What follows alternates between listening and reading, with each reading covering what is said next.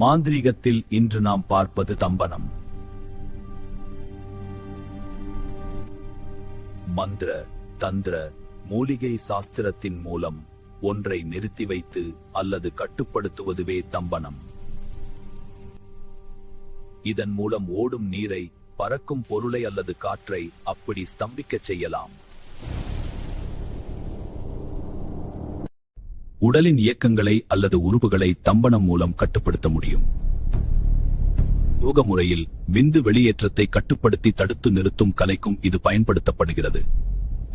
கட்டுக்கொடி, பால் புரண்டி, பரட்டை, நீர்முள்ளி, நத்தைச்சூரி போன்ற 8 வகையான மூலிகைகள் தம்பன கர்மாவிற்கு பயன்படுத்தப்படுவதாக கூறப்படும். சுருக்கமாக சொன்னால், ஏதேனும் ஒன்றை கட்டுப்படுத்தி நிறுத்துவது தம்பனமாகும்.